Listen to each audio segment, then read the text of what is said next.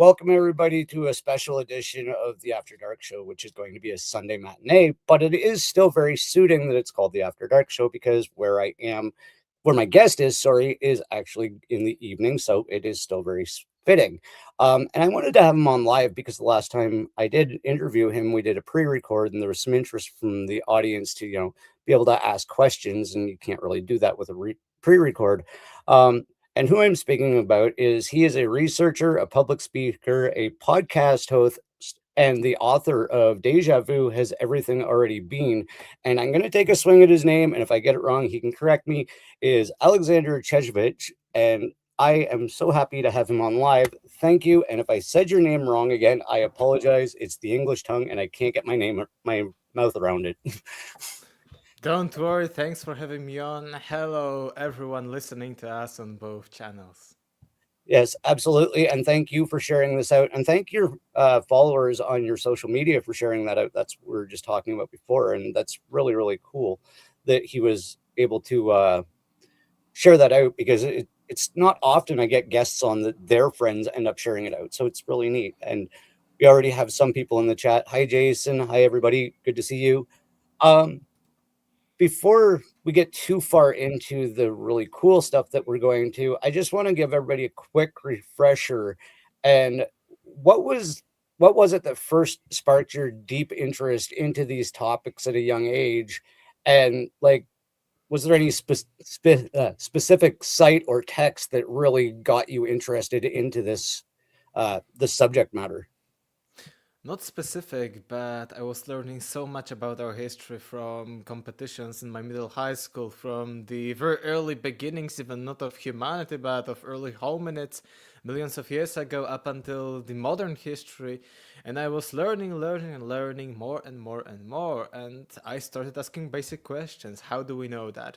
How do we know that this is the turn of events? How do we know that the ancient Sumerians were the first civilization? What if there was something before them? So I asked these questions and I started digging into the sources when it comes to history, on what sources we base our historical claims. I started digging ancient stories, ancient legends, ancient knowledge, what our ancient ancestors were telling about our history, about humanity, about life, about everything. Because I think right now it's a bit different, but I still think that in modern times there is a huge crisis when it comes to identity, to meaning to life. We hear it's scientific view actually that there is no meaning to our life. We are just biological machines. Only evolution matters, and so we only need to survive, be pleasurable, etc. So I thought to myself, I was very fascinated about these ancient sources, and I found that they're speaking about completely different story that we are being taught, that there were previous civilizations, previous cultures, and we haven't started only 6,000 years ago, but maybe tens of thousands of years earlier. And I also, maybe the one of the big things that shifted my view was when I found out biologically, genetically, that anatomically modern humans, so almost the same as me and you today, appeared about 200,000 years ago, and right now these date is even pushed to 300, 500,000, so about half a million years ago. And if civilization started 6,000 years ago, imagine 99, 98% of our existence, what we were doing, nothing really, only cavemen, only hunter-gatherers. So this was what sparked my interest into these topics. Absolutely. And you've already got me writing speed notes on the side here. So if you see me looking down, it's just the next thing No I want to worries, ask no you about worries. what you've I asked. also look down for chat, for instance. Yeah. You mentioned here about how you like at a young age started what's sort I'm looking for? Sort of investigating the normal concepts and challenging those. Now, I know here in North America, you get a lot of criticism or skeptics when you start to bring forth these metaphysical or spiritual concepts, or, how history isn't exactly what we're told. Is that the same where you're from? Like, do you get a lot of people scoffing or that skepticism, I guess? Yeah, I think to some extent it is the same that people who are into mainstream history often criticize such theories as just, conspiracy theories or just believing what our ancestors said, where when the evidence leads into a different way, because we have tons of evidence that there were casual hunter gatherers, that we haven't found yet like ultimate Atlantis remnants of a highly advanced civilization, maybe only a few artifacts here and there and a few sources here and there. But I think what they are in and what they base their reality and their paradigm on is the known world. So what we discovered, what we uncovered. But it's the same with another kind of science, another kind of exploration to our known world, how much we know about it. And this was my biggest shift, that okay, this view about our history from the earliest times through the medieval ages up until the nowadays, we have lots of evidence for this kind of paradigm, for this kind of view about our history. But it's based on what we know. And it's like, it's casual thing, it's called Dunning-Kruger effect in psychology, that the more you know, the more knowledge you accumulate, the more you see how little you know. So initially, when you're into a topic, let's say you learn at school about history or another kind of science, you see, oh, I know so much. Let's say I can calculate some atomic forces, some in physics classics, etc. But the more you learn, the more you see that, okay, this is knowledge, but when it comes to the entire universe, when it comes to the entire history, it's just a drop in the ocean, and there is so many things still to be discovered. And I think that's why there is this huge criticism. And I'm not against criticism where it's logical, okay, when, for instance, I make a mistake about something. I'm in criticism about this idea that we know so much, we know 80, 90% about everything when it comes to history, so there is no place for a lost civilization to exist. And I think that the more we learn and the more we even experience the world, the more we see how, how wrong this assumption is that we know so much. And I think, and again, the more I research, the more I read, the more I learn, the more I see that what I know is very, very little. And then you see, people who shout at you, oh, we are wrong, and they provide here example, here example, here example. You know very well that it's just, let's say, 0.1% of examples. And maybe, there are plenty of interpretations into particular examples that are talking to you. We also have a different bits of public opinion in Poland, because here you said in the West it's different, but here in Poland it's different because up until 1989, 1990s we were under the communistic regime. So the freedom, let's say, of expression and of knowledge of science is very recent here in Poland. We're also before that, just before the First World War, for 123 years, we were partitioned by Russians, Germans, Austro-Hungarians, and each of them wanted to completely eradicate Polish culture, Polish language. So they enforced on us Russian, German, depending on the place where you are living. So I think that Polish people, and especially because of the communist times, so after the Second World War up until 1989, they are a bit skeptical about the mainstream, about the official narratives, because these people, which are now like 50, 60, 70 years old and more, they experienced in their own skin that television lies, and they know that what they were taught 20, 30 years ago, or what they were told about the world, about politics, was completely wrong. So I think they may be more inclined into such stuff that we are talking about, or my research, because they know very well that it's not a huge thing that you see that mainstream lies. So I think that's the difference. Oh, absolutely. And we've already got questions coming in from the audience, and Jason's got a couple of here that I want to bring up. And right off the bat, how many resets do you guys think we've had? Now, if I go by what I was thinking most recently, I know there's been something like 138 polar shifts over the last so many million years. So that would be about my guesstimate, but I'd love to hear what you think as far as like the total. I guess he's asking the cataclysmic reset Mm-hmm. Mm-hmm. of humanity. How many times do you think it's happened?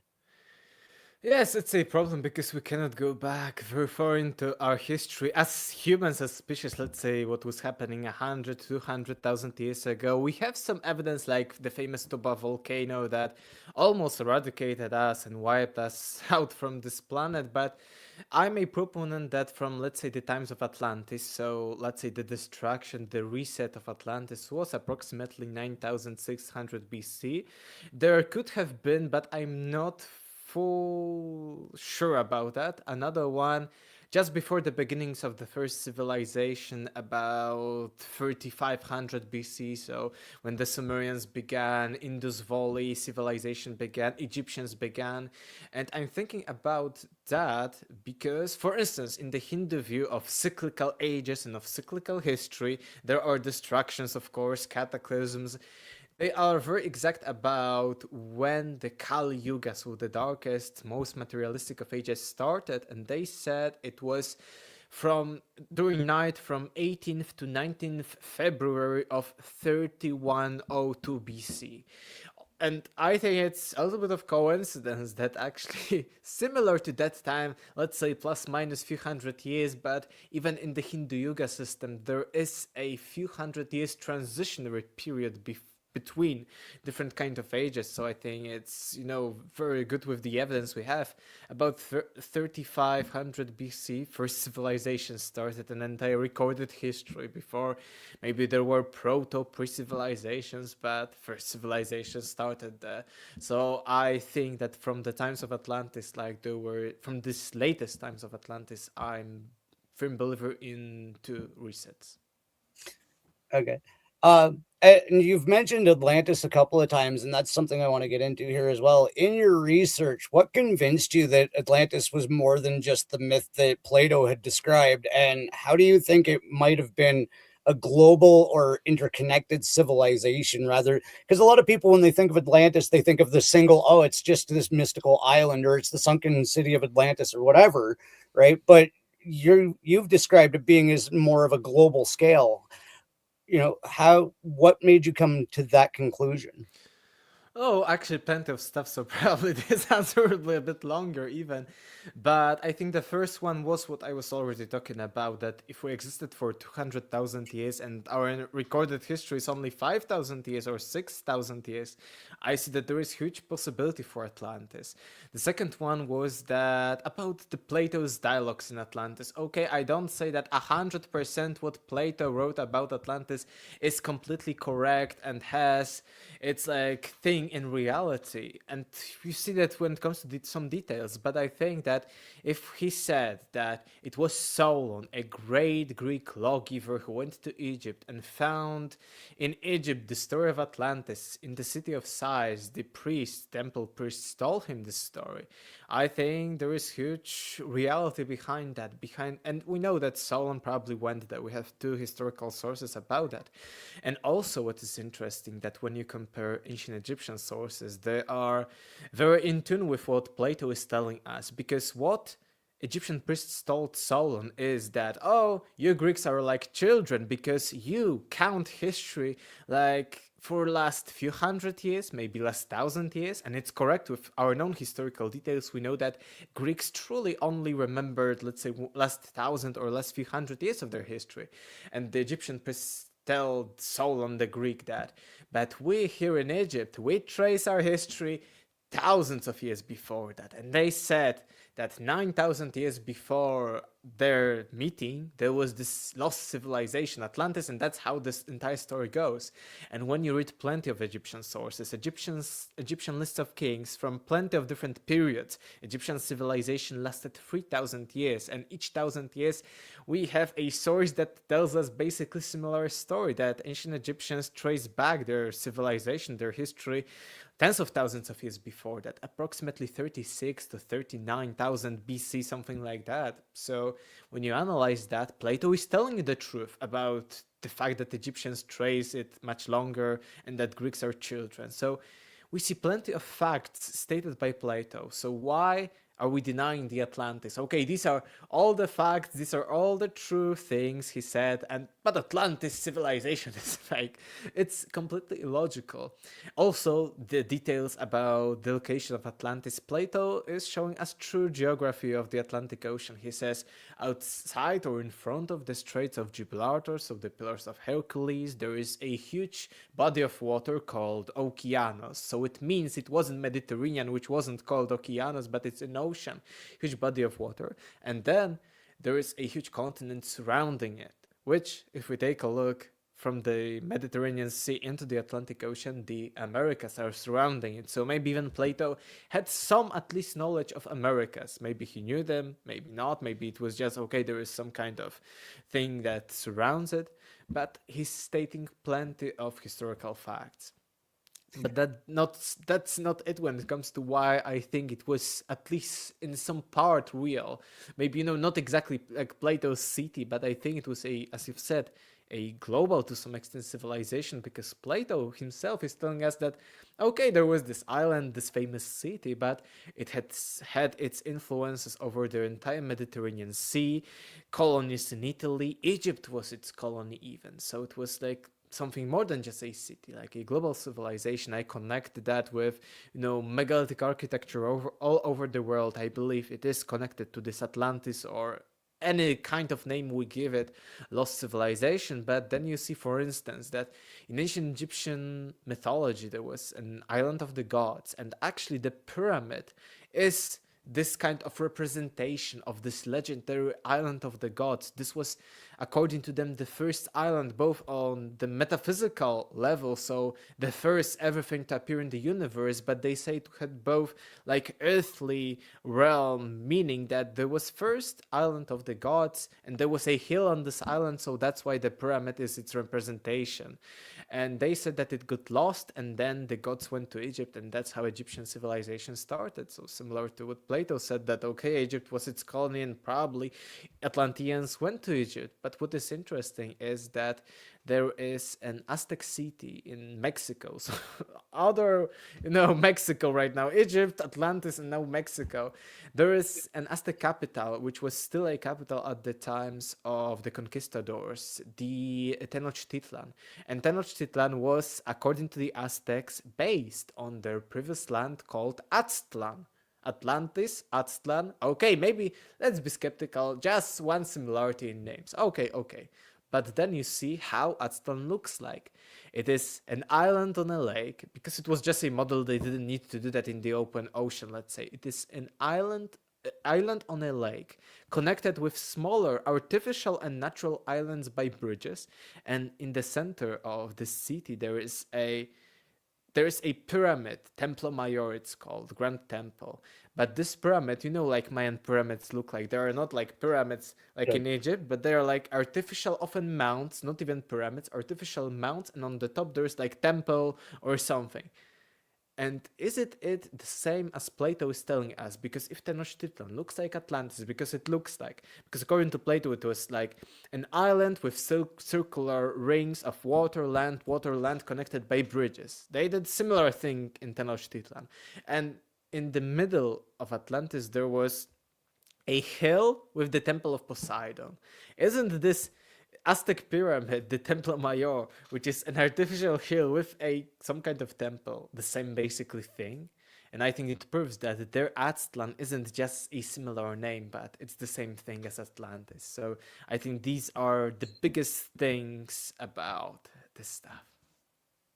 You've just had me writing up a storm here, and that is just freaking fascinating. I'm trying to think of where to start here. And I guess I'm going to start with my own personal question, because I live by the Rocky Mountains here in Canada. And my wife and I have several times went, that looks really, really geometrically square to be a mountain. And you just touched on the fact that there's a pyramid in Mayan and pyramids in Egypt, and there's been pyramid-like structures found all around the world.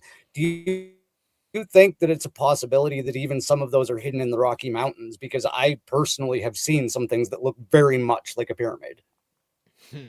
Maybe yes, I cannot completely deny that, but strange, in the mountains, why would anyone build a pyramid there?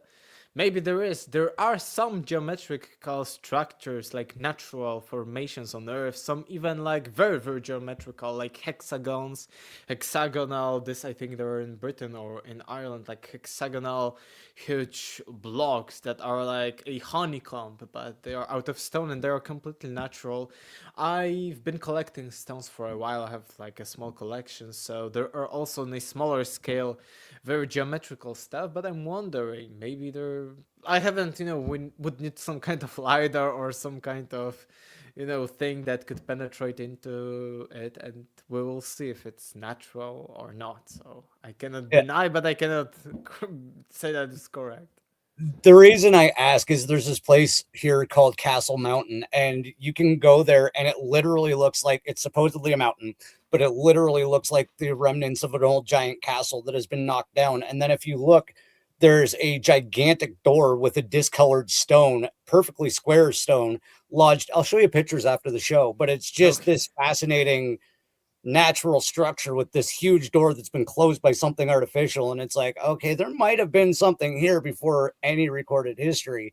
And I just want to circle back to recorded history really quick because for those that can see the picture in the background, I have a bunch of glyphs and stuff, and that goes into Egypt. And the question I wanted to ask you is, do you think that between do you think we lost some type of technology in order to record history on stone? Like, why would we have gone from something so permanent like recording history on stone to paper? And now, even more silly, like our history can be wiped out with a fridge magnet with digital storage, right? Like, do you think we lost some type of technology to record history properly, I guess, like on stone?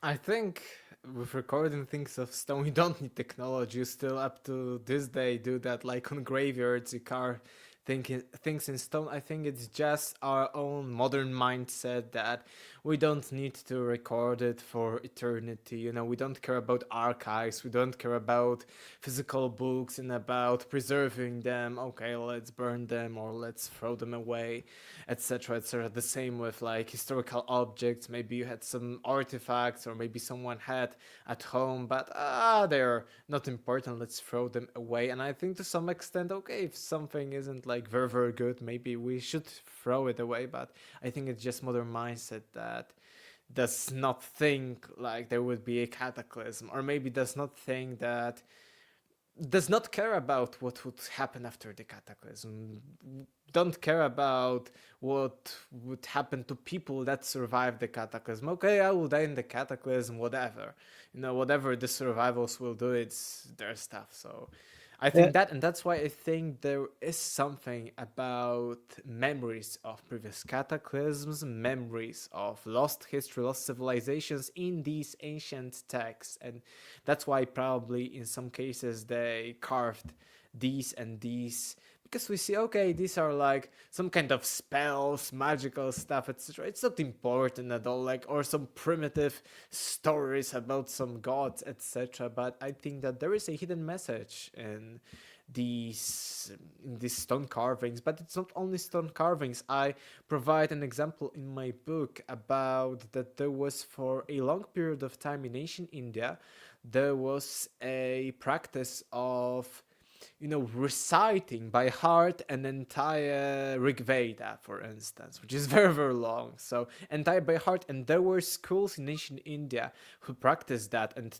taught students everything about it. And they were very, cautious that even, one small error is you're eliminated from it. So, you would need to very, very detailingly record everything. So, I think it's also like a practice connected to maybe some kind of memory, or maybe some kind of warning by our ancestors that even though these things may sound unimportant. For instance, imagine right now we are advanced civilizations, but what would you do if you, or even imagine, we are Star Trek, Star Wars, advanced civilization, on a very high level. What would you do if you wanted to leave a message for future people, primitive, or for other species that, for instance, imagine that you find a planet, there are primitive species there, but you have so advanced knowledge about science, you know that in a million years from now they will be as advanced as humans right now, for instance. So what kind of message would you leave? You would leave something that is like maybe in symbols, in myths, that they can, because let's say these primitive people cannot, tell the stories to their children about an instructions manual for laser beam or something, or energy generator. No, they cannot do that because it's too hard for them. So he would give like a primitive message, maybe even longer than it's needed, but in this message there will be codes, maybe mathematical ones, just as there are like codes in the Bible, and we see that in these Hebrew letters. If you arrange or if you read every 13th letter or every 7th letter, there's a hidden code, hidden message.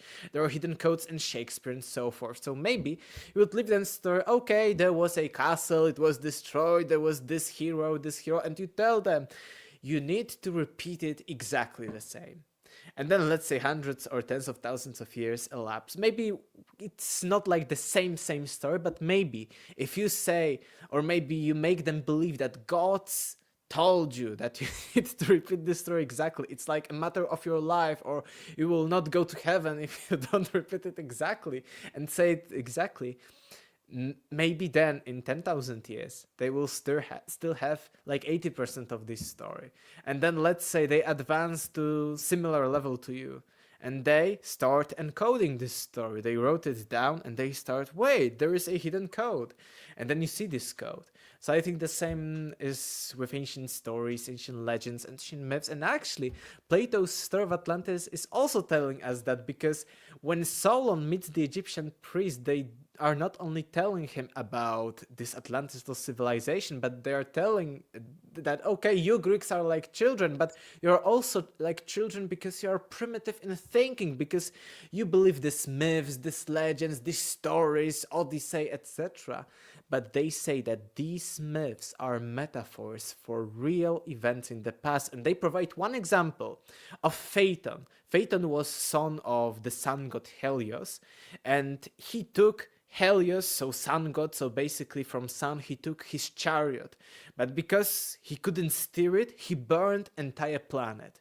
And they said that it's just a metaphor for a cosmic cataclysm, that there was some kind of extraterrestrial impact, for instance, comet strike or any kind of asteroid shower that burned lots of Earth. So they are telling similar story that, oh, you Greeks are like children, you have only a few hundred years of your history, but also you're so primitive because you believe these stories. And just like today, similarly, oh, these are myths, they believed in some like gods, etc. But what if there is a more hidden meaning? And I think the same, for instance, with megaliths, with pyramids, as you've said, with rock, information, stone, etc. Because we find that, okay, in pyramid there is number pi, number phi, so basically the golden ratio. There are things about the geometry, geography, and the entire solar system. But maybe 1,000 years from now, we are on the Star Trek level of technology. Maybe we see, wait, in the pyramid there are all laws of physics, everyone. Maybe there's an entire code behind our reality, or code of universe, etc. So I think the same way with everything, a little bit for everyone. Here I have my book, Deja Vu Has Everything Already Been. I show lots of such examples, but I think that even we covered more today in this particular route, but in my book I try to connect as many things with that as I was able to. And I believe that there is a hidden ancient code behind our reality, like the matrix code of everything, like code of the simulation. But we are not yet able even to understand it. We are, as I always say, it's like a tip of the iceberg. So there's much more work to be done to uncover it. Absolutely. And we do have a couple of questions from the audience, and you've still got me writing stuff down with information. Okay. Throughout your research, and this is from a very close friend of mine, his name's Lee. Throughout your research, did you ever come across anything about giants? Like, you went into a lot of the ancient texts. Was there ever mention of giants being on this plane or in our existence? Yes, I will provide, even from a skeptical mind or even from the mainstream people, I always provide this example. Right now, we are the only hominid advanced species of hominids on Earth because monkeys, chimpanzees are not like us. They are similar, but not they are not having culture, civilization, anything. But it's the only time during recorded history, like 80,000 years ago, 100,000 years ago, we as humans coexisted with at least five other species of hominids. And in the past, we thought, okay, they are our ancestors, like the Neanderthals. But it turned out that they were our like more siblings than our ancestors. We coexisted with them. We were capable when it comes to procreation with them, but they were different, and we coexisted with them.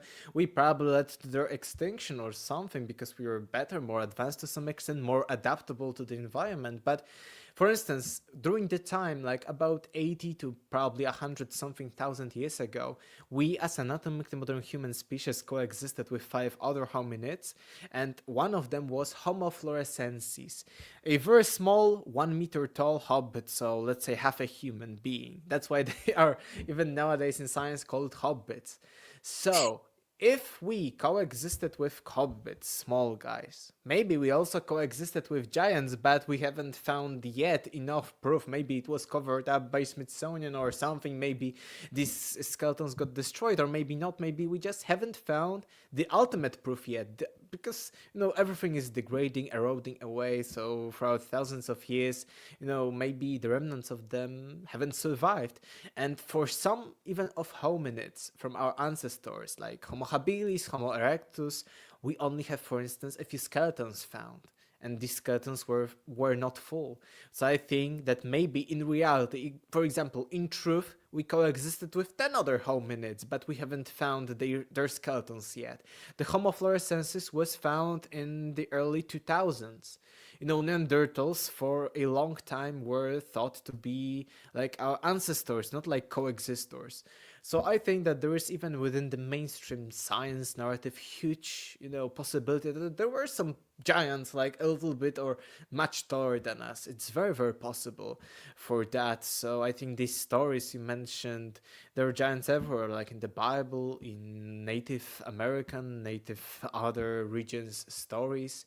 But for instance, in the Epic of Gilgamesh, there is maybe not a giant, but a hominid, because they said he was called Enkidu. He was completely able to live in a civilized society amongst humans, but he was much stronger. He was full of hair, like a yeti, like a Bigfoot, and he was a little bit more like intellectually worse than us. But still, he could coexist with humans. He could like probably talk to them or interact to some extent, and he was almost like us but different. So I see the same thing with Bigfoot, Yeti, and other stuff. I believe to some extent these may be like metaphysical encounters, but for instance, there were also like the Mongols during the medieval times. They went from Mongolia, modern Mongolia, up to Europe. In Poland, they were, attacking us in the medieval times. But there are legends from these Mongolians who were, traveling the entire, from Asia, far east, throughout the Central Asia, and in the forests of Central Asia, they possibly found something that sounds like hominids, because there weren't monkeys, there weren't humans, there was something in between. And what is interesting, that there was a case even later, I think in like 1700s or something, of such a hominid-like person who had like they procreated with humans, and there was a hybrid, like one, and he like lived for 30 years only, or 20 something, but he lived. So it means that these beings were more than monkeys, because they were compatible with humans, and monkeys casually are not. So these were some kind of hominids, even like 300 something, 500 years ago. So that's my take on giants, actually. No, and that makes a lot of sense. And like, it's funny because I refer to myself as a hobbit because I'm only like 5'5". That's why I was trying not to giggle when you were talking about hobbits. And I've also heard the term homunculus, which is a perfectly formed miniature human. But what you were talking about with the missing bones and stuff leads to what Jason was asking earlier. Does the Smithsonian take stuff in other countries too? Because it's widely rumored here in North America that there's a lot of missing things and a lot of things that have been tampered with that are either in the possession of the Smithsonian or underneath of it. Do you think that that might be where some of this stuff is hidden? I think Smithsonian takes stuff from the US specifically, but here we have like other, we had Nazis, for instance, and other, there are other institutions even in modern times. I didn't know like the names exactly, but there are like conspiracy theories that there is also like a cover up. And I know even personally people who, for instance, there is like a mainstream story that there was a holy saint mountain of the Slavs before in ancient times, but then it was overtaken by Christianity, and Christians built like a casual monastery or some kind of church on top of it. So, and people say that there is nothing behind this story, nothing conspiratorial, but some people, conspiracy theorists again, believe, or spiritual people believe, that there is something more about this mountain. And you can find them megaliths similar to these in Peru, Cusco, like these huge megaliths, very tightly cut and fitted together. You see some kind of evidence of drilling into stone. So there is something going on. And I know a few people personally who went there, and they weren't like having some kind of equipment, or they weren't destroying this stuff to dig for some kind of treasure or lost civilization, but they were going there, taking pictures, like having, I don't know, telescope or something. And they were started, and it was like during high season, so there were plenty of people, plenty of tourists there. But some people started following there, which was suspicious. Followed, but then at some point one of the person took one, because there were a group of people with my friend, took my friend or someone from the group and told them that they better do not do that because it may have negative effects. So like he tried to scare them. So there, I think, is some, and these weren't like men in black or some kind of policemen. These were just incognito people looking like casual guys, and but at the same time, it weren't like casual tourists like having fun and trolling, but there is something going on. So I think that in other countries there are other institutions doing that. Maybe they are connected to some extent, all of them, but on the surface level, it's different than Smithsonian. I love that answer because there is definitely there's people that are in the back of everything that do what they think is right for society, whether or not it is or not is. I fully agree with what you just said. I do want to get back to Atlantis and the pyramids. Do you think there's a technological or cultural similarity between the pyramids and Atlantis? I think it is about this kind of idea that these are symbols of this lost civilization of Atlantis, because there was this primeval mound with. Because I've mentioned that in the Egyptian cosmology, any kind of pyramid, not only the Great Pyramid of Giza or the biggest ones on the Giza Plateau, these were the symbols of this primeval mound. And it was both on the level of cosmology, so the first thing, let's say, to appear in the universe, but at the same time on the level of humanity, that it was this kind of memory. So in order to remember that, we built pyramids. So I think in that connection, that's why in especially the Great Pyramid of Giza there are so many things encoded, like the number pi, phi, golden ratio. I believe there is also a model of the northern hemisphere of the earth, because they wanted to remember this knowledge from Atlanteans. But I don't think that there is like a further connection. But I think that pyramids are in this sense like a memory stones from Atlantis. I think that's right. We have some more questions, and I think this is actually one of yours. Is anything 6398?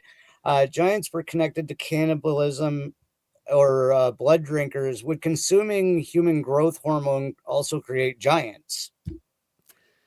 I don't know if the consumption of human growth hormone would create like giants. I think lots of people nowadays take growth hormone, and we don't see like twice as big as humans. We see that people are taller and taller, but not like, at least yet, like giants. But maybe there is something behind that, I think, but I don't think that there are legends that specifically say that they were blood drinkers or something.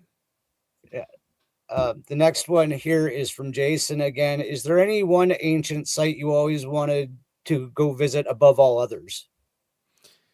I would say not one, but I would say like three of the biggest sites would be especially the Great Pyramid of Giza, so the Giza Plateau, so three pyramids actually. Another one would be, but not like the priority. Priority would be the Great Pyramid of Giza, and maybe something in South America, but maybe not like specifically like Machu Picchu, but Cusco and the megalithic stone wall. So this would be like my top two. I think Machu Picchu would be cool too. Actually, this October, I'm going to a cool place with another author, researcher, Paul Anthony Wallace from like the Fifth Kind channel. And we are going to Turkey, so it's closer to me from Poland, but we are going to places that may be the cradle of civilization because the highlands near Mount Ararat, the famous mountain where possibly the Ark of Noah went and landed after the flood. There is also Lake Van, which has very similar structures, megalithic walls, almost the same as in Cusco, Peru. So I think it is also connected to lost civilization, lost history of humanity. So I think it's also one of these big places, but maybe not that known because not many people think, oh, Peru is through island, maybe Mexico, Egypt, maybe something in China eventually, but Turkey or Armenia, something, or maybe you think Sumer, so Iran and Iraq, but then you think Turkey, but it may be, I believe, connected to like a cradle of civilization because not only the Bible, but actually ancient Sumerians and ancient people from Mesopotamia tell us that history began in the highlands, not in the lowlands. They went from the high up down to the place within the Twin Rivers, so the Mesopotamia. And actually, new discoveries about Neolithic revolutions. So thousands of years before first civilizations, there was this Neolithic revolution. So basically, switch from nomadic hunter-gatherer lifestyle into the sedentary lifestyle. So first cities, and then thousands of years after that, first civilizations. And they say that it was from the highlands, basing on what wheat and what kind of grains they used. That these weren't the grains from the lowlands. That basically Neolithic revolution started in the highlands. So maybe possible lost civilization connection there. That's really cool that they're able to like figure that out just through their plant life. Something that Jason said actually ties into a question that I'm going to ask. He said, I think it's super exciting, all the stuff going on with the mega structures they found beneath the or under the pyramids with the radar thingy. And that's what I was going to ask as well. Is you've explored the idea that the pyramids weren't just tombs. Could you tell us how they might have functioned as power generators or healing chambers or even conscious amplifiers? Yeah, you nailed it. I think that maybe it was not for like energy, like in modern terms, like electricity specifically, but I think it was something about our spiritual side, consciousness, maybe global consciousness energy. And I think even that the guys from these scans of Under the Pyramids, these Italians like I think Filippo Biondi and Corrado Malanga, they also said even on Joe Rogan's show that the pyramids were not for the dead bodies, but for alive bodies. And actually, secret societies, there was this great esotericist, Freemason, Manly Palmer Hall. He believed that the Great Pyramid were for some kind of altered consciousness states, out of body experiences, astral projection, whatever, maybe all within, and maybe some kind of healing on spiritual level, and then it may take effect on your physical body. So I think that pyramids were used for that. When it comes to the scans, I'm a little bit skeptical because even what we've seen with these like huge, like kilometers into the ground, like some kind of circular structures, it was actually AI interpretation of the data. So I'm a little skeptical about that. But I think it's a fact that there are things, even there are known things that we went into under the pyramids. There is not only the like subterranean chamber under the Great Pyramid of Giza, but on the same, it's a Giza plateau with the three Great Pyramids, but also a few other structures like the Osirian Temple, which is an underground temple with similar walls, almost exact the same like in Cusco, Peru, This is very interesting, but we also have, for instance, Osiris shaft, which is like a straight into the rock shaft, like straight down. Then there is the first level. On the first level, there are a few kind of boxes, like the famous Serapeum is also an underground chamber with huge granite boxes, about 70, 30 ton, whatever, but very, very huge, very, very large. But Osirion, this Osiris shaft is almost the same, but maybe a little bit smaller, smaller boxes. But then you have even another level, so another huge thing going downward into the solid rock, and then another kind of thing underground. And it was even explored by the famous Zahi Hawass. He mapped it out and took the water out of it. So there are such structures, and it's again like altogether 5 stories high or deep into the not Yeah. high, deep into the ground. So if we find such structures, even in the mainstream, why are we denying that there is something beneath the pyramids? I think for sure there is a huge possibility that there is. Maybe not exactly what we learn from the scans and AI interpretation of them, but something for sure. So this is my take on that. Yeah, and I want to circle back to what you're saying about the healing areas within these, because a friend of mine, his name's BG Cast, he's also on the Forbidden Knowledge Network, did a thing. I will actually send you the link because you might get something out of this. He broke down how the cathedrals were also used, like before whoever's running them through the religious sects now, when these old cathedrals were originally designed, they were also healing chambers, and they were shaped basically like a folded crucible. And they would have you basically go into the tomb in the front, and you'd be guided through the organs through this sensory deprivation in the tomb, and the way you knew how to reconnect to your physical form was through the frequency of the pipe organs, right? It's a really fascinating episode. I'll send it to you. But no, what you were saying about the healing chambers and stuff kind of resonated back to that with me, is there's probably advanced geometry in place, and all of this relates to our energies and our healing frequencies and all of that. And I just love that, I learned that about the cathedrals, but it also goes back into, another section of time where they were doing it in the pyramids and probably in Atlantean times as well. So like that's really fascinating that up until recently Yeah, it in seems like, the yeah.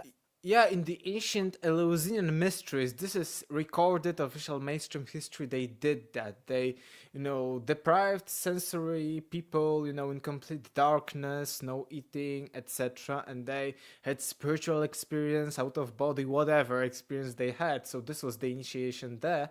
And as I've said, Manly Palmer Hall, a great esotericist of a last century, said that the same thing happened in the Great Pyramid of Giza. That basically we have this box, people call it coffin, but it's like a granite box in the Great Pyramid of Giza, and it probably had a lid, but it has like a little bit of chopped off. So if you put down the lid, let's say put a person inside of this coffin and then put the lid on top of it, they would still be able to breathe. So it wouldn't be like it would be dark, but not like completely without air, because you don't want completely kill the person. So yeah, he believed that that was used also for these altered states. So possibly the same with cathedrals.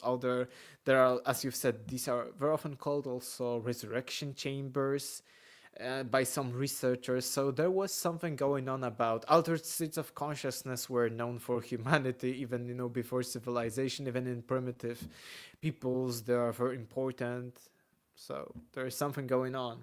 And this secret society is basically believed, from what we know, maybe there was another story, but from what we know, the secret society is believed that when you die, not physically, but when you die in this meaning like near death experience, out of body experience, you no longer can question that you're only a physical machine, that there is nothing beyond you, that you are not like maybe not eternal, but much more long lived soul, consciousness, whatever being than physical body. And then you can be the elite, you can control people. And that's why they keep people in the dark. This is the secret knowledge. They want to you have a leverage if you have this secret knowledge, because maybe other some people believe in some religious stuff, but even if you are deeply religious, like in faith, but without, I feel, experience, any kind of spiritual experience, even synchronicities can completely change your life. But without them, if you're just, okay, I will believe in God, I will believe in Christianity, whatever, I think that without experience you will never be completely 100% sure, and then these people who know the truth can control you because you're still doubting. Maybe you're just, just biological body, maybe you'll just die, and it completely shifts your perspective on life if you know that there is nothing beyond your physical life. Because maybe, okay, I will sacrifice, I will do bad things here in this life because I will die either way, etc. But if you know that there is much more to life, you act differently in your day-to-day stuff. Oh, absolutely. And I won't get into the fact of my near death experience and how altering it was, because it absolutely was. But something, anything 6398 just said is what we were kind of touching on there as well, is Yeah. Templar Enlightenment incantation ceremonies take place in the Great Pyramid. And that's exactly what we're talking about, is like getting, these are the places that you used to get these enlightenment, the information, the streams, whatever. You would go to these specific spots to meditate, to ground, to get back in tune with that frequency of understanding. So it's really neat Mhm. that this has gone on throughout history. And I find that with a lot of today's metaphysical or spiritual literature is the missing bits. Like it will give you the basics of a metaphysical principle or an esoterical principle. And then when you go further into it, like you and I have, and start reading the deeper literatures, it's like, well, yeah, but they completely left out how this part works. So, like, we'll take manifestation. Oh, you have to like start telling yourself that you're already living this. Well, the problem is you can sit there and have positive affirmations that I am abundant and I am great and my bank account is full. But if you're on food stamps, your nervous system knows you're a liar, right? And you can't properly project that energy. And that's just it. Like there's a piece missing from the metaphysical information. And I think that's happened a lot with a lot of the spiritual stuff that's out here right now. Yes, yes, I think similarly, and I think to some extent that even if we dive deeper, we still do not know the whole truth, and maybe it's hidden by these people, like secret societies, etc. Because why would they want all of these secrets to be known to the public? Well, it's also interesting if you are thinking about these secret societies. Most of them believed in Atlantis, lost civilization, aliens. And if these people who are a little bit ahead of us, or were at least in the past, let's say in the 1800s, 1900s, they were much ahead of casual farmer or casual worker in factory. They were controlling them and they knew they were into this esoteric stuff. So if they did that, or the same thing with remote viewing and the government, secret government, of course, secret projects about remote viewing both in the US and the USSR, if such high authorities are taking these stuff seriously, why we are saying today, oh, mainstream is saying, oh, it's nothing, it's just mumbo jumbo, physical fantasy, spiritual fantasy, etc. So I think there is something more going on for sure because of such high people, high authorities, being into these topics. You see, even Oh, celebrities coming and commenting on that. To some extent, you may say, "Oh, maybe celebrities, are very easily because they are out of touch with reality, so they are very easily into believing in such topics." But at the same time, I think there is something more going on with these topics, and there is some truth that maybe even these secret societies are searching for. Maybe they, of course, do not have like the final knowledge about the reality and the final thing. yeah. I love that you went to the CIA, because during my first remembering of spiritual information, I spent hours on a website called the CIA Reading Room, which is all the stuff that's been declassified over the last several decades. And it does go into things like remote viewing, astral projection. There's even a story of a guy. I've shared this before, but it's just a weird quick story. I got deeply into meditation and I started exploring my own mind, and I found a spot in my mind that I knew if I went through this particular area in my mind, I was not coming back. And there is a case in the CIA reading room where they're talking about them doing remote viewing, and the CIA operative, the remote viewer, says, like, I see a black spot. I'm going to go through it. And his biological vessel was vacated from that point on. He just never came back. So there is a spot even within the human mind that you can just leave this world, right? Yeah. The problem is when you go through that door, you cannot come back, right? And it's actually in the CIA records in the reading room Yeah. that you can look it up. It's just like it it's an amazing site if you have the time to sit and scroll through all of it. Sorry, I just kind of nerded out there, and Jason. Yeah, but also amazing experience. I can comment on that with, I would say, my own conspiracy theory of all time from the prehistory till the modern transhumanism stuff, because I believe that we are all the time getting into a smaller and smaller cage of freedom and of anything about controlling our own life, because right now we are into like mainstream science. Everything is pushing us into atheism and naturalism. There is nothing more than we are only biological machines, etc. And then into transhumanism. And I believe, as you see, you can escape at any time. If you're, let's say if you're in a new world order, you wake up, you're in a new world order, like Orwellian world, it's massacre, you can leave. But imagine if they went make you so much into a robot through transhumanism that maybe they to some extent block this ability, because maybe it's a biological ability. Of course it's like supernatural, like spiritual ability to leave this physical body, but maybe, this kind of entrance, like connection, is biological. But then through transhumanism, through robotic stuff, cheap AI, something, they may close you. And then you can be slave forever. Like this idea in the Matrix. So I think that there is this huge conspiracy theory that at the beginning of times, let's say there was free spirituality, shamanism, so believe that okay, there are forces, energies, etc. Then there were polytheistic religions, so many gods religion. Okay, we limit the possibilities of energies, but still there are plenty of gods. This is the god of wisdom, this is the god of this, and that. And then monotheistic religions, only one god, there are no other gods. You need to do that, you need to do that. So we are very limited. But right now, but you still believe in spirituality, you still believe there is something more than your physical body. So you still have much more freedom. But then the cage comes closer and smaller because materialism, atheism, you're just biological machines. So, whatever, I don't need to live like that, etc. And then the smallest cage would be you imprisoned, again, smaller cage, smaller prison, you imprisoned into a machine like transhumanism. And in this machine, you are, limited even spirituality, because right now you may not, let's say I'm an atheist, I do not believe in spirituality, but I physically die, and let's say I see, okay, there are things beyond this material world. But if I'm a robot and if they physically can elongate my lifetime to 1,000 years, I'm a slave for 1,000 years.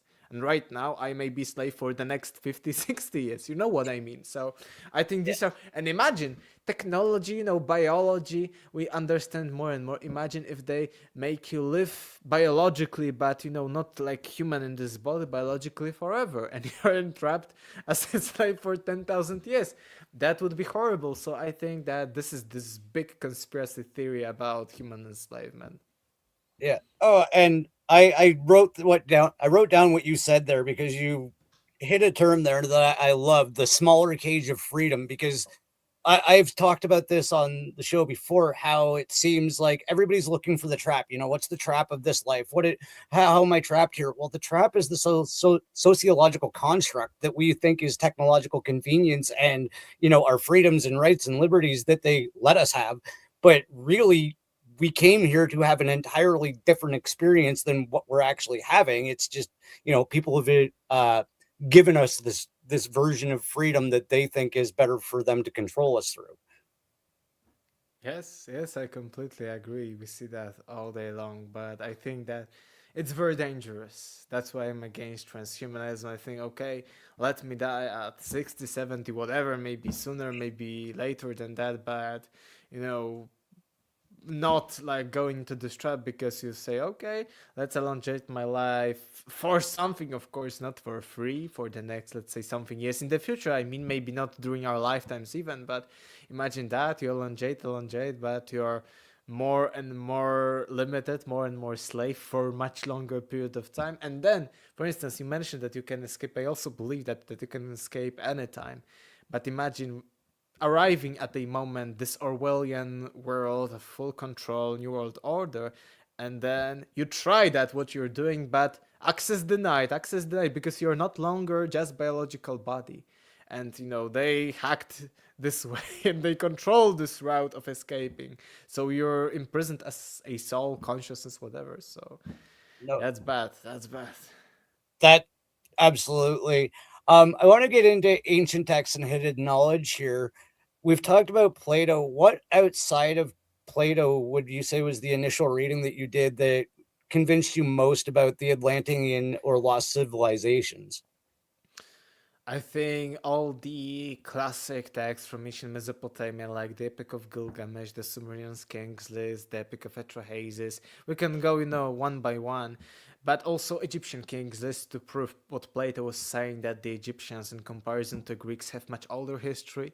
So basically, validation of Plato's idea that maybe 9,000 of years ago there was something more, and the Egyptians believed there was a civilization.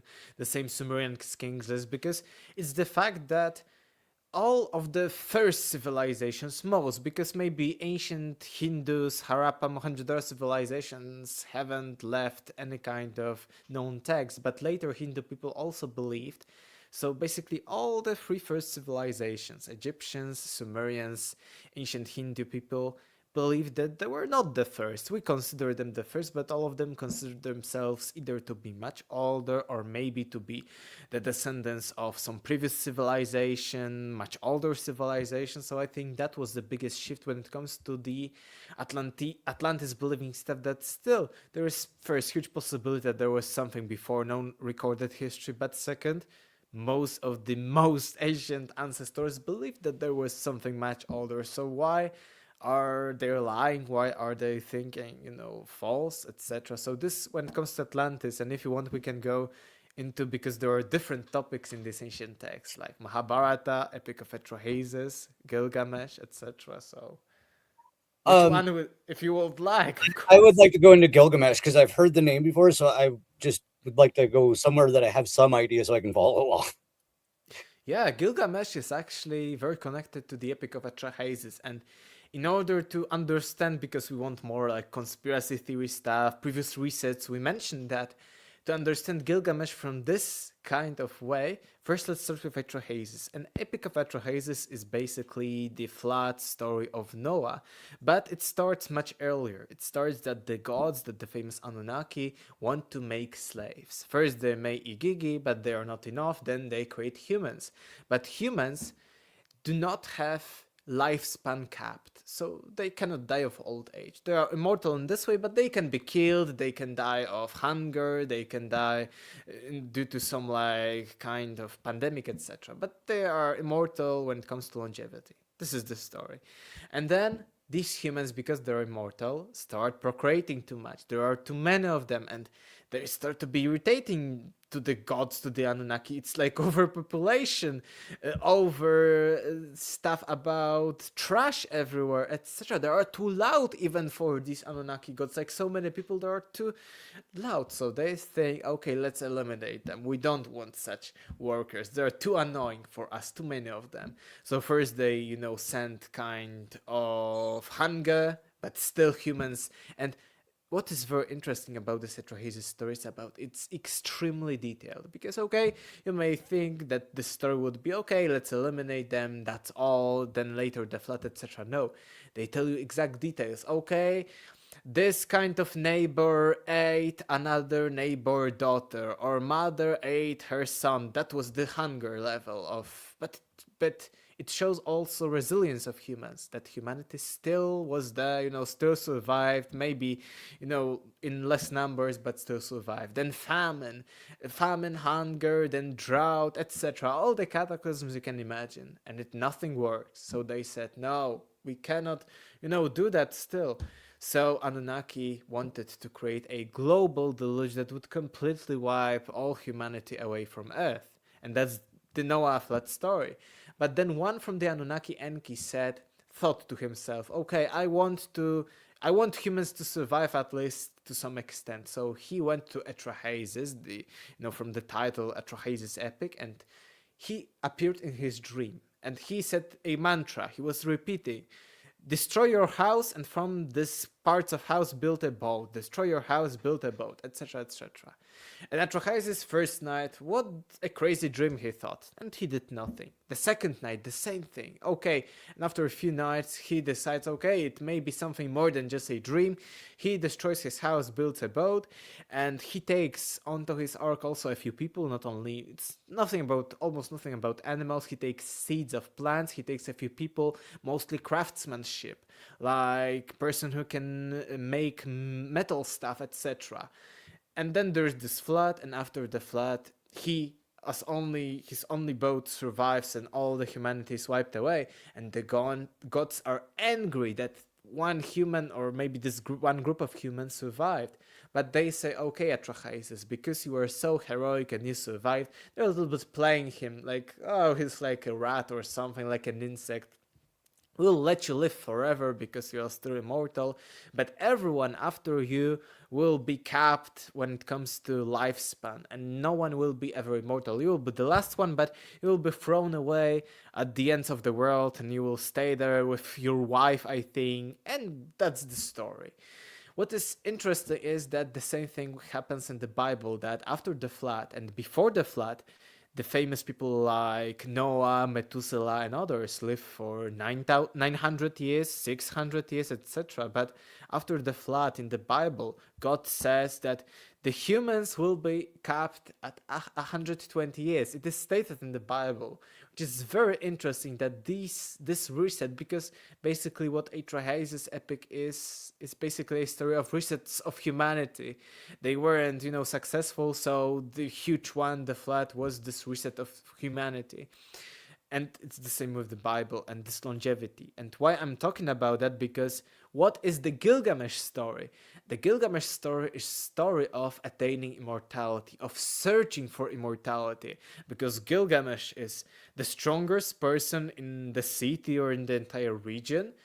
But then his friend dies, best friend dies. And when he dies, it's like, Gilgamesh finally sees his fragility, because Gilgamesh is like a barbarian. He can kill everyone, he is the king, he has everything, he's taking all the wives, which is bad for the society after all. And he thinks he's immortal like king, he's actually a demigod.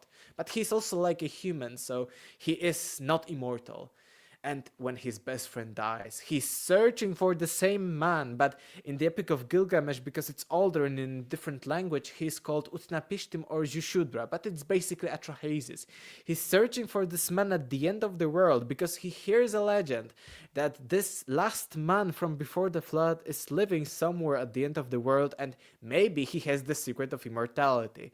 So what the entire Gilgamesh story is this, epic journey into finding this immortality. He actually meets with this pre-Diluvian man. He gets a plant that can lead to immortality, but then on the way back, the Gilgamesh lost it.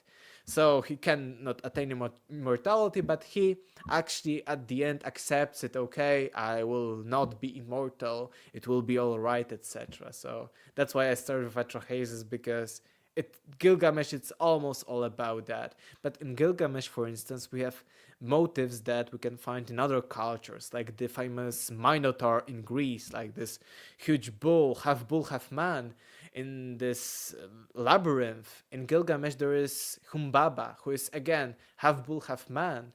But he's not in a labyrinth, but again, the same motive is here in ancient Mesopotamia.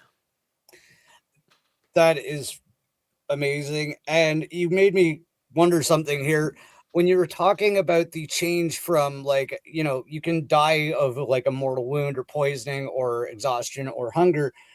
I've spoke to a lot of people, and I've heard a lot of people talk in my journey over the last couple of years about, inactive or changed DNA. Do you think that that has to do with that shift in the DNA strands that either were locked or taken away because we no longer can sustain life in the biological form to that extent anymore? Yes, we have even a few biological markers and scientific understandings of how longevity and DNA works. And actually, in my book, for everyone who wanted deja vu, has everything already been, you can find it on Amazon. Just copy and paste my name and surname, Alexander Czeszkiewicz, or you will find it on my social media. I show another thing that may be the evidence of splicing of DNA, some kind of intervention in our DNA, because actually what led to anatomically modern humans, so you and me, that were different from other hominids. Okay, they were also very advanced, much more than monkeys, but what is difference between them and us is higher understanding, higher logical thinking, empathy, or even a kind of compassion, just higher emotions and higher thinking capabilities than other. Of course, some animals are also advanced, but they are not creating culture and everything. So what is interesting, we know what diverged us from other hominids, and it was a completely random fusion of two chromosomes. So we have 23 pairs of chromosomes in our DNA, and if in casual modern humans there is like one person is born with one less on one more chromosomes, it's very bad most often. Like there is this Down syndrome is caused by an irregular number of chromosomes, so it's very bad, and it never leads to like a genius human being, let's say, or like super sporty being, never. And actually such fusion of two chromosomes, so previous hominid had one pair of chromosomes more than us, and we traced it genetically that it's probably correct because we see that our chromosomes, like it was fusion. So let's imagine you have one more pair of chromosomes in the previous species before us, and two of them from 24 pairs fused together, and some kind of remnants of these fused to other kind of chromosomes from the 23 pairs left, and we see these traces. And what is interesting that scientists trace these, what is happening with this fusion of chromosomes, and this completely random fusion, which happens not very often. Like we know very well that other mutations in our DNA lead to cancer or lead to some kind of bad things, but this completely random fusion, which is very like it's 0.00001% of chance of happening like that, and it led this previous species of hominids to have better like prefrontal cortex, so the thing about analytical logical thinking and not being very like only emotional. It led, they say, they traced it genetically in comparison to like monkeys, chimpanzees, etc., that it led for us to be more compassionate, like not only empathic but compassionate, and these higher kind of emotions, like not only physical love but more love as an abstract term or unconditional love. They found it. So basically, a completely random fusion of chromosomes in our DNA led to us. And some people interpret it as a God's finger, It was God who wanted to create humans, so he manipulated this DNA of a hominid and created us. Some people believe it's aliens who created us, maybe as in Epic of Etrohasis. And of course, skeptic scientists say, oh, it was just a random coincidence it's almost as impossible as the creation of the universe, a few zeros less than, the percentage for that. So we have traces that there was something that could be interpreted because we do not know. It was aliens, it was other beings, other humans, it was random mutation, it was maybe God's plan to do that, so it was a synchronicity to some extent. This is interpretation of what was being done. But if ancient stories are telling us that, okay, gods are capping our DNA and our lifespan at 120 years or something, maybe there was something to that. Because there's another DNA mechanism about telomeres. And telomeres are basically depending on how well the state of our telomere is. And, modern biohacking communities, you need to eat that, no stress, etc., to have the best condition of your telomeres. Basically, if they are getting destroyed, the DNA ends and it's getting destroyed, so you can die. The cells in our body die. basically. So we have mechanisms like that, and they are possible, they are real. So I think it's very possible that there was some kind of intervention into our DNA. I completely agree with what you just all of that because that's kind of what I'm going to ask now. There is a couple of questions from the audience, Yeah, but I see. I'm going to ask mine first. Do you think that there is an evolution to still be had for human DNA? Like, I know a lot of us are becoming more aware of these spiritual and metaphysical concepts, even some of us coming into what is known as clairaudience and clairsentience and all of these type of abilities. Do you think there's a possibility of us re re reattaching them or rediscovering these abilities or these strands of DNA?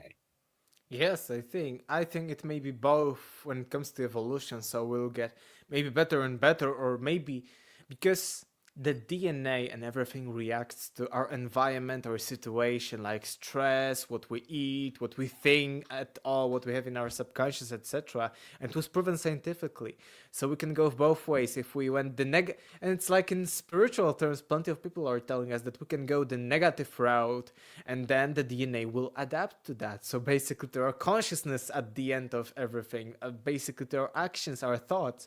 But then maybe we can get the good route and be very kind to each other and very good to other people and evolve spiritually.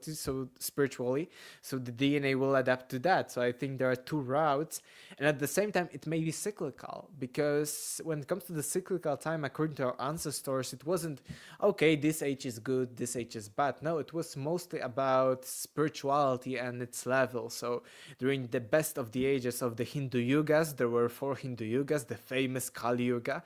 Kali Yuga is the worst, but at the same time, it's like not the worst, because it's just that there's, they say, quarter of spirituality, because there are four ages. So during the golden age, Krita Satya Yuga, there are 100% spirituality, and then each age it's by 1/4 less. But during Kali Yuga, there is still 1/4 of the spirituality goodness left. So it's not like the worst. This is the worst to some extent, but still you can choose the spirituality. So we can choose for it. It's basically based on our own decisions and actions. But I think it may be cyclical. So maybe right now we are I don't know in what age. I may think according to you know, according to one theory about these ages from Sri Yukteswar Giri, like a saint in India, we are now during the second age, the Dvapara Yuga, so have spirituality. Maybe possible looking at the world. It's not that bad like the Middle Ages or something. There was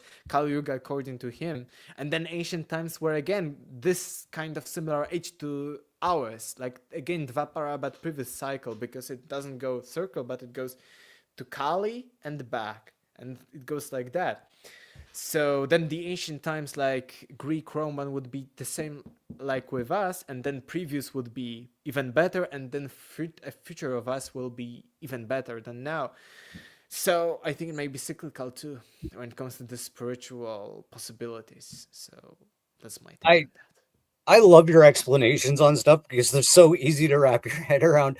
Uh, That's my point. I always try to do that. So yeah.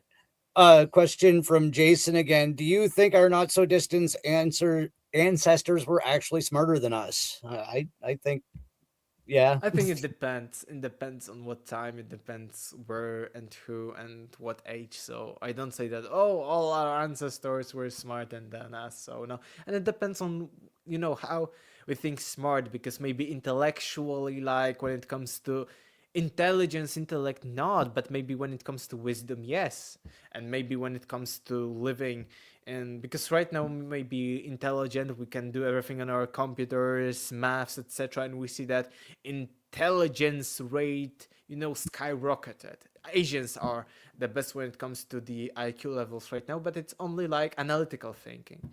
Maybe wisdom wise, or maybe right now we are very IQ high, and maybe some people are emotional high, but maybe we are not well adapted to the world. We are not adapted to the current situations, etc. So these are at all different levels, because here in the West we think, okay, conscious, subconscious, or maybe we think, okay, emotional, intellectual. But for instance, in India, it's like 10 different or 8 different brackets when it comes to our mind. It's consciousness, it's subconscious, it's this and that. So it all depends. Yeah. I do want to circle back to anything 6398's question here. What do you think? And this is going back to Gilgamesh. What do you think about the discovery of of apparent cover up of Gilgamesh's tomb before the Iraq War? I Yeah, and I think it's from my viewers. I know him from our other live streams. So thanks for being here. Yes, it's very interesting with the recent release of the Epstein files that they were these people in these files were searching for such things or were believing that there is even a mention of a resurrection chamber of Gilgamesh from Gilgamesh tomb, etc. And there is some kind of crazy cover up. I don't know specifically if they truly found the Gilgamesh tomb or not, or maybe it was even because maybe it is our belief that probably there was something like that. Some people believe that, but maybe what if it was elite's belief that was not true? Maybe they believed in that, they realized that okay, there is that or not. But I think for sure there is lots of conspiracy behind the Iraqi war, and it's a problem because it's not very easy to tell the facts from not facts from just legends. And I even heard both sides of the stories. I know actual veterans from these wars, and some people say they were even in the same or similar division or brigade, whatever, to these people who claim this crazy stuff. They even know each other, and it wasn't like that. They never heard of giants or vimanas, etc., or Gilgamesh tomb. But other people say yes, it was real, etc. So it's hard to tell the truth for the lies, unfortunately, but probably. But in the end of the Gilgamesh story, Gilgamesh is not attaining immortality. So maybe they haven't found the immortality there at the Gilgamesh tomb. And I think that's interesting that you mentioned how there's two different variations of the recollection of the war, because that seems to be a common thread throughout history as well. There's a lot of speculation that Hitler was into red mercury and time travel, and he was looking for portals and gateways and whatnot.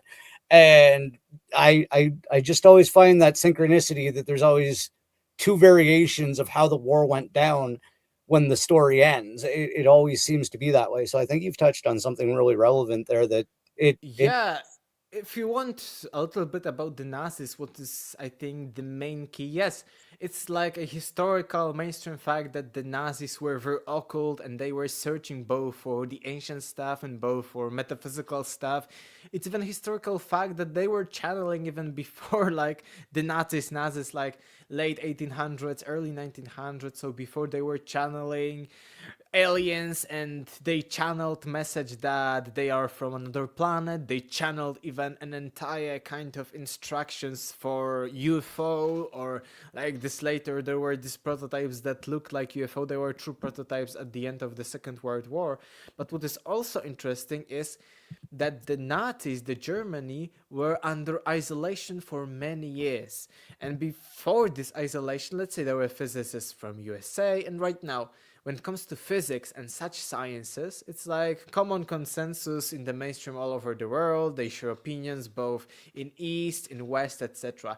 In Soviet Union, there was a similar isolation. That's why Soviet scientists had, right now we know these are as crazy theories, but they had completely different theories because they were looking a bit at the West, but it was a little bit isolated. But Nazis were isolated from the 30s because first I don't want to say such things on the live stream, but we know who they didn't like, what race, and who they exiled from their country. So scientists, even Einstein was a Jew. I will say that word. Einstein was a Jew, so all of them were exiled. And for many years, Nazis were under isolation when it comes to science, and their theories actually, even in physics, because still they had great scientists, top level scientists who we know very well that after the Second World War went to work to the USA for NASA, for instance, Werner von Braun and others.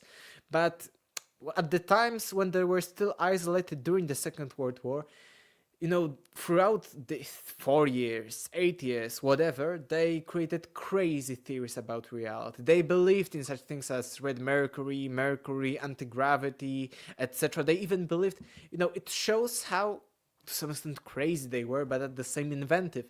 They believed at some point, scientists, like mainstream scientists, believed that what we see as stars are basically escapes from the cave, because they believe that why everything, on the sky at night is completely dark. They believe that we are in a huge cave, and that these small stars on this night sky are basically like the exits, the holes in the cave, in the dark cave. That's why the light comes in, and they wanted to go there. They thought, okay, maybe if we. That's why they later worked for NASA, because maybe if they, escape the matrix, but on a physical level, escape the cave. Even Plato was telling about the allegory of the cave, but for him it was an allegory. So they said, maybe it's a little bit more real than just allegory. Maybe it's truly a big cave, and we need to, go somehow and escape them.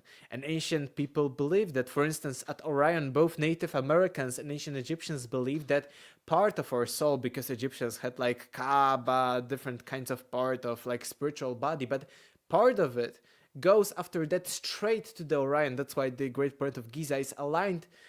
The shafts are aligned to the Orion belt, because they believe that our soul is escaping and going through the Orion, and it's like a stargate of some sort. So yeah, these are very interesting stuff. Absolutely. And I want to get into something else here because I think this is interesting as well. During your studies, have you noticed anywhere where ancient texts and their information are starting to catch up or resonate with things like neuroscience and quantum physics? Right? Because like they had a certain understanding and now we're understanding it in our own way. Do you see any parallels between the two groups of information? Yeah, I think the overall belief in like matrix, illusion of reality, like ancient Gnostic people, ancient Hindu people, even in the more remote eras, they believed that the physical world is to some extent an illusion. It's not like, oh, it's an illusion, we shouldn't be. No, they believe that what modern neurobiology is telling us, that yes, we are limited when it comes to senses. We hear only like particular set of frequencies, we see only a particular set of the light spectrum, and we know that other animals have different spectrums, so they can hear other kind of sounds, etc. And ancient Hindu people said that it's all Maya, it's all illusion of the senses. So this is one part of it, and the second part of it, I think, would be the metaphysics, because I think they were even more advanced than are today, because science stops at the Big Bang, or they said maybe Big Bang is cyclical or something like that. But our ancient ancestors were philosophically more thinking in the past, because they thought like why there is rather something than nothing, and how something appeared out of nothingness. So they believed, and similar in physics right now is coming to similar conclusion, that there is like a unified huge field like of ancient ancestors called it infinite waters, both in ancient Mesopotamia and both in ancient Egypt, the waters of Nun. And then they actually believed that at the beginning there was a thought and then a sound that created the world, etc. Similar Hindu people. So I would say on these parts, like nowadays, science says that yes, to some extent it is like an illusion when we live here in physical bodies, but even simulation theories are becoming mainstream when it comes to physics, when it comes to basically mainstream science. So I would call that mostly, because the rest is like a wisdom that can be attained without an advanced knowledge. But for sure, when it comes to the mystical experiences, like there was this famous book, I have it behind me, the Tao of Physics. It was showing the similarities between the Far East beliefs and modern quantum physics, but I think it's a different kind of knowledge, because it's kind of knowledge that even modern mystics or mystics from the last 100 to 100 years experience, that when you have mystical experience, you can experience stuff that right now we are, for instance, finding in the quantum realm and stuff like that, but it's like experiential knowledge. So this would also be one of this that science is catching up. I love that you went there with the cave analogy and whatnot, because like I said, I've only been doing this a couple of years, but like that's one thing I've gotten a current understanding of a lot of these things and metaphysical principles, but I've heard a lot of them, like the above us is water, above us is some type of cave, above us is some reflection I was even driving to work the other day and kind of went, that really could just be a reflection of the earth that is the moon, and we're on one infinitesimal plane, and it's just a reflective surface, and all of our planets are actually here on the same plane, and we're just seeing them as a refraction. There's all very, very interesting principles, and it's one that I haven't been able to wrap my head around on a solid foundation yet. So I haven't really jumped on, it's flat earth, it's hot dog shaped, we're in a dome, we're in a globe. I don't know, but there's a lot of fascinating principles out there, and the ones where space isn't real actually seems the most logical to me. And I might sound like a crazy person to say that, but I that's my current. I don't like using the word belief because I just have a current understanding, but that's the one that makes the most sense to me, is that some type of water or reflection above us. And what we're seeing is the whole plane of our reality. And it's just kind of a mirrored image that we see and call space. But I think NASA lies a lot to us, and we have actually every 2 weeks on Sunday on my channel. You can follow me, just copy and paste my name and surname, but at Global, because I have also Polish social media, so Alexander Czeszkiewicz Global. Every 2 weeks we have Mars Disclosure Live, and we're talking about anomalies on Mars, stuff that NASA is hiding. They're like secret things that were uncovered, etc. So I highly recommend everyone watching that. And Mars seems real, and planets to some extent seems real, and space to some extent too. I had, for instance, once a huge one of these spiritual experiences, like in my dreams. Like one of these, I call them mystical dreams, like beyond just casual dreams. And I experienced that Earth is to some extent flat. Like it was a hemisphere, like half yeah, of the planet was like, it was flat, but like a little bit, not flat, but you know what I mean. It wasn't like a perfect ball coming in the sky. And I found later other astral projectors, so people who astral project and go above everything matrix. And there was this one guy who goes, I think, the most detailed way into that, Darius J. Wright. He went everywhere. He had so many crazy experiences with that, and he said similar things. And he even had artists let artists paint what he was seeing, and it was very similar to what I experienced myself. But from physical perspective, I'm not like a flat earth believer, and I see that it's more round than flat. And what I am thinking is that physically you can change, bend space, everything. You can manipulate, let's say, the matrix code, the code behind atoms, reality, the code behind our perception, to make everything look, let's say, exactly round shape, not flat, etc. But I think what is flat, it's on like spiritual level, metaphysical level, because he showed an image of what is like on a metaphysical level, that it's just one of the realms. So let's say there is a hallway, and you see like earth, you see like this kind of paradise, maybe see different kinds of things, and they look like this, like flat, like almost flat earth. But I think on the physical level, still, maybe at this current matrix moment, with this software behind the matter, behind the atoms, behind everything, it's not flat. I'm not like a flat earther on a physical level. and yeah, and I agree with that. And it's funny because in some way, material science disproves what NASA tries to tell us, because they're like, oh, this is a pressurized atmosphere, a ball with like an ozone layer, and then it's an infinite void of vacuum space. Well, if you look into material science, the first law of vacuum is that you can't have a pressurized atmosphere next to an infinite vacuum without some layer. Otherwise, the infinite vacuum would just suck out the pressurized atmosphere. So there has to be something between us and space, because it's a in material science, it's an impossibility, right? So there has to be Mm. something above us, right? That's using their own rules to prove the fact that there has to. And it might even be the ionosphere, because we know that they use the ionosphere to bounce radio signals and stuff off of, and maybe that frequency is so dense that it keeps out the vacuum of space. And this is just my own ramblings that I've come up with as I drive, but like I believe that there has to be at least a frequency fence or a layer between us and space, because you can't have one beside the other. I don't know that I haven't researched it that much when it comes to atmosphere, but probably maybe I don't know. Sorry, The that was more just I know, the more I see how little I know. yeah. Uh, Something I wanted to get into here, and it lines up with my next question, is something Lee asked: is does he think Egyptian pyramids are made to see from space? Which goes into, do you think the pyramids or Atlantean structures are aligned with cosmic, like we're supposed to be able to use them as cosmic markers? No, don't think that they were like truly cosmic markers for some spaceships or to look from the sky. I don't think that it's a huge utility.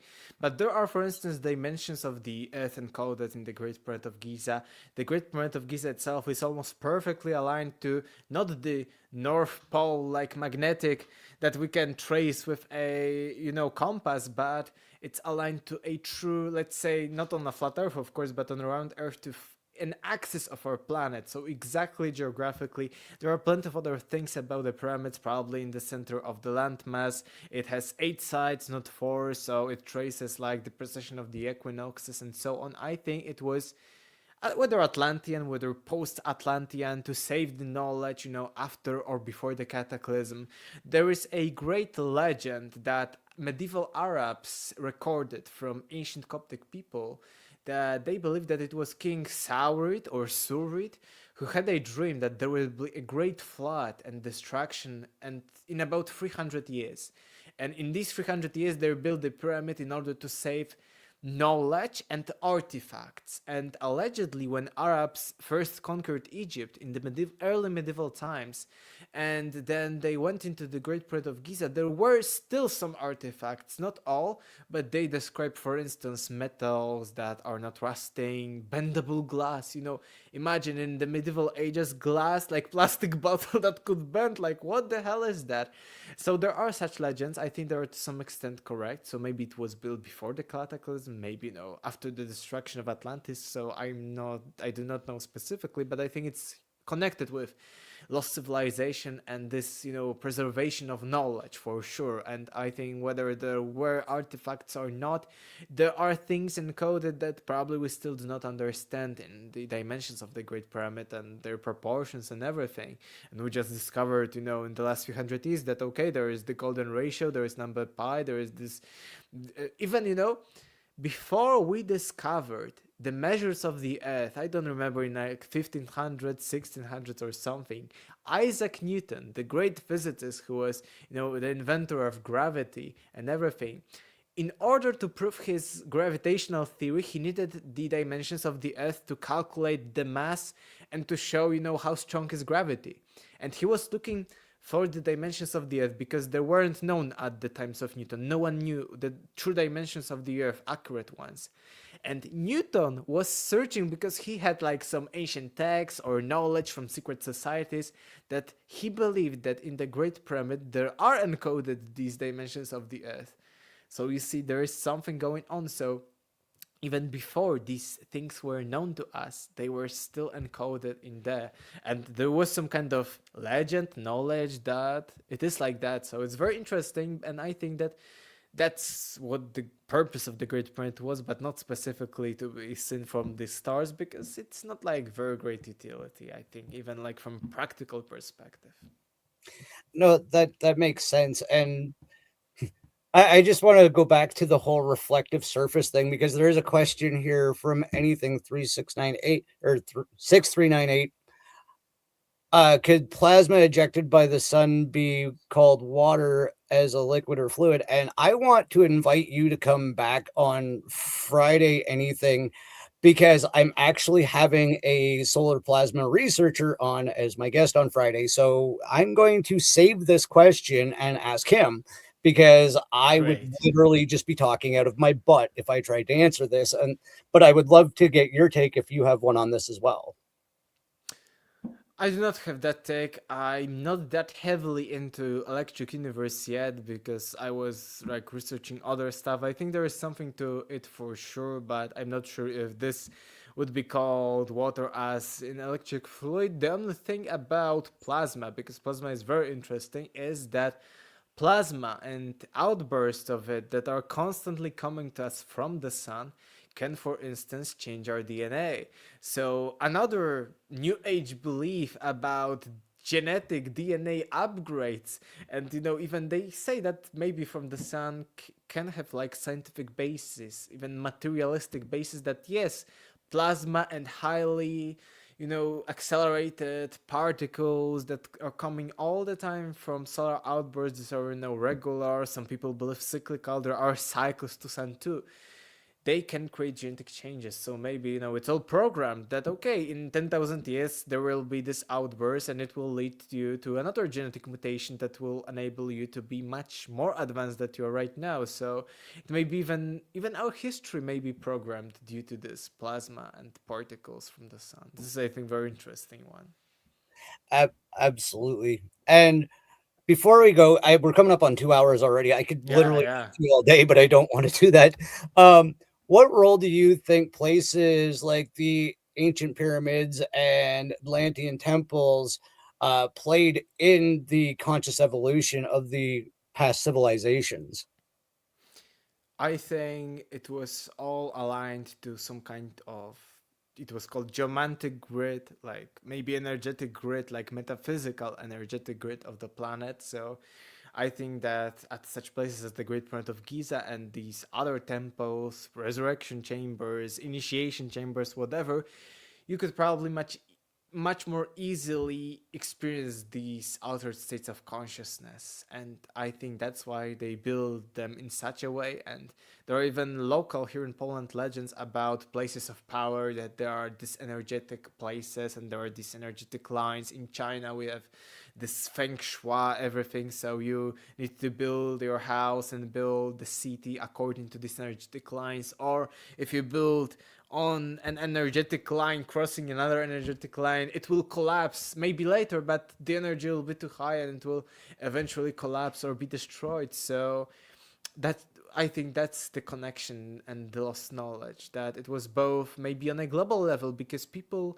right now, there is this conspiracy theory about these global energetic lines that, for instance, the banking centers in the UK, in the US, or some kind of buildings that may be satanic or very bad energetic, that they hijacked this energetic system of Earth in order, because as above, so below. So it may have effects on the global consciousness of humanity. And there were actual experiments showing that, for instance, 100 or 1,000 people meditating can have effect on their surrounding, like local country, local district, etc. So I think there is a global consciousness and it is connected to these energies. So maybe these temples were to provide welfare for humanity and for everything to be good. Maybe paradise, like Garden of Eden, and then something bad happened, someone hijacked it negatively, and that's why everything went wrong. So these are my thoughts on that.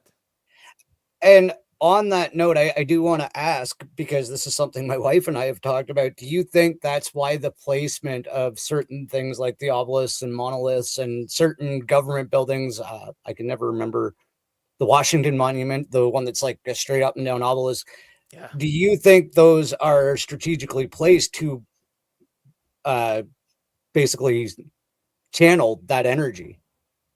Yeah, I believe so. There are even, all the ancient world, there are these myths and legends, and even, spiritual beliefs that people can sense these energies. Later in, for instance, Soviet Union, but also in the US by independent researchers, people were calculating, this geometric grid of energy, etc., etc. And I actually mentioned the obelisk of Washington because it's interesting, because people say, oh, skeptics, oh, it's random because it's free, tall, and free, something at its base. But actually, the designer of that, the architect, was 33rd degree Freemason, and everything in Washington is both astrologically and numerologically oriented. And I provide it as an example for skeptics who say that these are just random numbers. And if this is like a person who claims to be the biggest skeptic, on the planet and to be like very intelligent and very knowledgeable, and that we are stupid and uneducated about these things. I show that he's basically wrong about these things. But yes, I think that there is some kind of energetic grid, and these places are used maybe negatively, maybe just neutrally, just to maybe gain the energy from this grid, whatever. I not don't specifically know. And I think that the Great Pyramid may be at one of the biggest, places with energy on Earth, and maybe it was used both for personal experiences, personal maybe energy gain. Maybe that's why Resurrection Chamber, maybe you harness this energy of the Earth and then you put into your body and you rejuvenate that. So there are plenty of possibilities with that. I absolutely agree. And there's a lot of chat in the chat about, things like the ley lines. And here in Canada, our parliament buildings are directly on the 45th parallel, halfway between the North Pole and the equator. Like, some of this stuff actually really lines up. And it's like, I know, of course, I can't think of it. We were talking about Washington. The streets are actually in the shape of a pentagram. If you look at where certain monuments are, you can literally see the shape of a pentagram. And like anything was saying, dragon lines or ley lines were used by Freemasonry to plan states like Washington. And yeah, there is some huge symbolism that we could spend a whole other show talking about. But Yeah. Yeah, I it's getting late, but actually on this topic I have entire chapter in my book, chapter 8 I think, but I have an entire chapter in my book Deja Vu about this global grid and prehistoric measures of the earth to some extent, ancient maps that show, this famous Antarctic before ice, etc. But it is connected. I show that it's geometrical, that there is some kind of geometric grid based on dodecahedron, icosahedron, so ancient Platonic solids, and just read it and you will see how it connects. So because it's too much to like explain today. And that's exactly where I wanted to go next. Is your book? Where can everybody get it? Is it on? I was going to ask, is it on Audible at all? Because I drive all No, days. no. Not on Audible. Damn. It's on it's paperback and ebook only on Amazon, unfortunately. But US, Canada, Australia, Deja Vu has everything already been. Alexander Czeszkiewicz. Just copy and paste my name and surname, and you'll be able to find me. My English social media are Alexander Czeszkiewicz Global to differentiate from the Polish ones, but for sure you'll find me, or just copy and paste my name and surname. You will find me on other podcasts, other interviews, other conversations. Yeah, and there is the link. Yeah, thank you. And of course, I will add the links into the description. We weren't even really sure what we were going to talk about today, in case you were wondering why it was just like I'm joined by Alexander, because I had no idea what we were going to talk about, because I just like talking to him. So, all that being said, Alexander, I want to thank you again for spending a couple hours with me and giving me another fascinating conversation, because like I could literally spend all day talking to you, except I know it's nighttime there, so I won't keep you that long. That being said, I want to thank everybody that participated in the chat. I want to thank your people for coming over. It was very nice to meet them. I want to thank my regulars for stopping by and asking some amazing questions.